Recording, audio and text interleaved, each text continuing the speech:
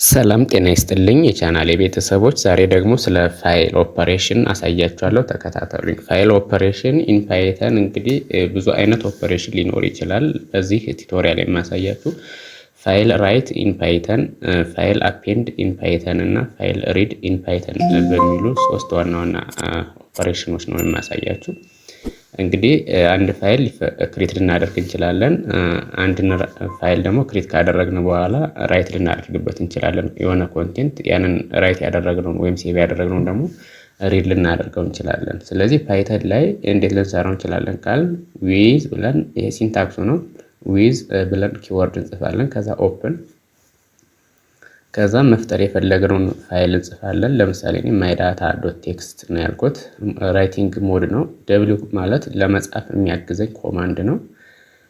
ስለዚህ ይህን የጻፍኩትን ወይም ክሬት ያደረግኩትን ፋይል አክሰስ የማደርግበት ማይ ፋይል የተባለ ቫሪያብል ፈጥር ያለው እዚህ ላይ ራይት ማድረግ ከፈለኩ ማይ ፋይል ዶት ራይት ብዬ ማስገባት የምፈልገውን ፋይል ማይ ዳታ የሚለው ፋይል ኔም ሲከፈት ውስጥ ላይ ምን ይገኛል የሚለውን ለማሳየት የግድ እንዲህ አይነት ጽሁፍ ልንጽፍ እንችላለን።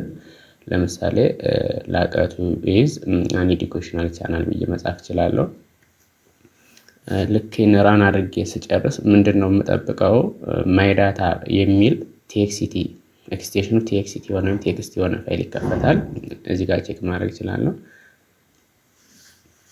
ማይ ዳታ ነው ብዬ ነው የሰጠሁት። እሱን ፈልገዋለሁ። ኦኬ ፓይተን ዋን የሚል ላይ ነው የተቀመጠው። ማይ ዳታ እንደምትመለከቱት እዚህ ጋር ያስቀመጥኩት ፋይል ወይም ራይት ያደረኩት ፋይል ተቀምጧል ማለት ነው። ላቀቱ ኢዝ አን ኤዱኬሽናል ቻናል ይላል ማለት ነው። እስኪ ላጥፈውና እንደገና ላሳያችሁ። ፋይል ኔሙን ቀይሬ፣ አሁን እዚህ ጋር ምንም ነገር የለም። አሁን ፋይል ኔሙን ወይ ፋይል ኔሙንም ብቻ ሳይሆን ውስጥ ላይ ያለውን ዳታውን ራሱን ኮንቴንቱን ማለት ነው በዚህ መልኩ ቀይሬ ዳታ ዋን ልበለው። ማይ ዳታ የሚለውን ስላጠፋሁት እንደገና አዲስ እንዲገባችሁ ነው ደግሞ የሚያሳያችሁ። ዳታ ዋን የሚለው ተፈጥሯል። ይሄው ላቀቱ ኢዝ ዋን ኦፍ ዘ ቤስት ቻናል የሚል ነበር ያስቀመጥኩበት፣ አመጣልኛል ማለት ነው። ሌላው ፋይል ሪድ ነው። ተመሳሳይ ሲንታክስን የምንከተለው። የሚለየው ምንድነው? ሞዱ ራይቲንግ ሞድ ነው። ሪዲንግ ሞድ ነው። ራይቲንግ ሞድ ደብሊው ነው። አር ካል ነው ግን ሪዲንግ ሞድ መሆኑን ነው የሚያሳየው። ኦኬ እዚህ ላይ ዳብል ኮቷን እንደግሚያት ነው፣ እሷን ማንሳት እችላለሁ። እዚህ ላይ ግን ከዚህ ዳታ ዋን ከሚለው ላይ ምን ፋይል አለ የሚለውን እዚህ ፓይተኑ ላይ አምጥቼ ማየት ነው የፈለኩት። ኮንቴንት ልበለውና ኤፍኤፍ የሚል ቫሪያብል ነው የሰጠሁት። ዶት ሪድ ላድርገውና ሪድ ካረገ በኋላ ከፋይሉ ላይ ውስጥ ላይ ያለውን ኮንቴንት ለተባለ ቫሪያብል ይሰጥልኛል ማለት ነው። እሱን ማየት ከፈለኩ ፕሪንት ኮንቴንት ብዬ ቼክ ባደርግ ፕሪቪየስሊ የጻፍኩትን ፋይል ማግኘት እችላለሁ ማለት ነው። ኦኬ ዳታ ዋን ኦኬ ዲን ረስቻታለሁ። ያው እዚህ ጋር እንደምናየው ዳታ ዋን የሚለው ጋር ነው የተቀመጠ። ፋይል ኖት ፋውንድ ኢረር የሚል ነው ያመጣብኝ። ስለዚህ በፊት ያስተካከልኩት ኮንቴንት ላቀቱ ኢዝ ዋን ኦፍ ዘ ቤስት ቻናል ኦፍ ኮርስ ኢዝ የሚል የለውም። እዛ ያስቀመጥኩትን ቀጥታ አመጡልኛል ማለት ነው። ይሄ ሪዲንግ ነው፣ ሪዲንግ ኦፐሬሽን ነው። በዚህ መልኩ ማስተካከል ብሞክር ማስተካከል እችላለሁ። መልሼ ራንስ አደርገው ላቀቱ ኢዝ ዋን ኦፍ ዘ ቤስት ቻናል የሚል ኮንቴንትን ያስቀመጥኩበት እሱን ማየት ያለው ማለት ነው። ይሄ የፋይል ሪድ ኦፐሬሽን ነው። ሶስተኛው አንድ ፋይል ከጻፍን ክሬት ካደረግን በኋላ እዚያ ውስጥ የሆነ ኮንቴንት አስቀምጠናል። እዛ ኮንቴንት ላይ ደግሞ ተጨማሪ ጽሁፍ ማስገባት ብፈልግ አፔንድ በሚል መስራት እችላለሁ። ለምሳሌ ዳታ ዋን ነው የመጀመሪያ። ዳታ ዋን የሚለው ላቀቱ ኢዝ ዋን ኦፍ ዘ ቤስት ቻናል የሚል ነበረው። እሱ ጋር ግን አፔንድ ማድረግ ብፈልግ ሞዱን ከራይት ወደ ኤ ወይም ከሪድ ወደ ኤ ቀይረውና በዚህ መልኩ ጽፋለሁ።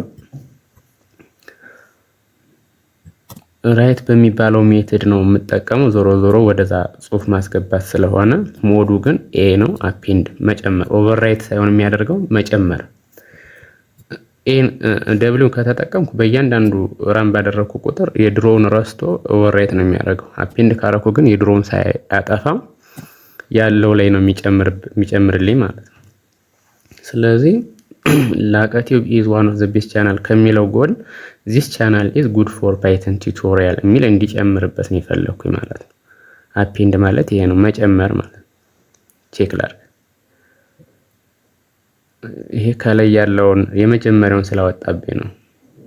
እሱን ማጥፋት አለብኝ። ኮንቴንት የሚል ከላይ ያለ ኮንቴንት የሚለውን በአዲስ ቼክ ስላላረቁት ነው። ያው አወጡልኛል አሁን። ምክንያቱም የበፊቱ ያላወጣው ለምንድን ነው? በአዲስ ክሬት ወይም በአዲስ ኮንቴንቱን ሪድ ማድረግ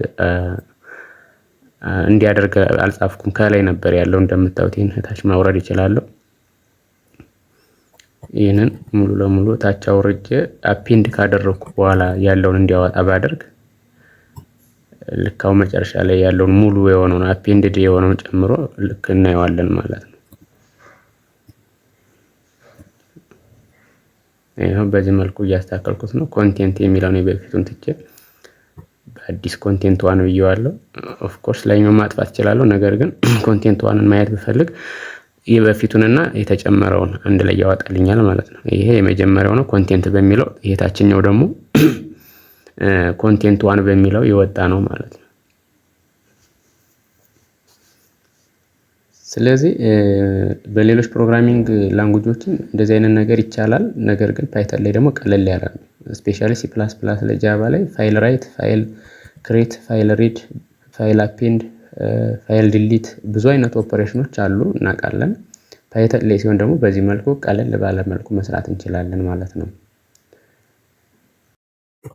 ታንክ ዩ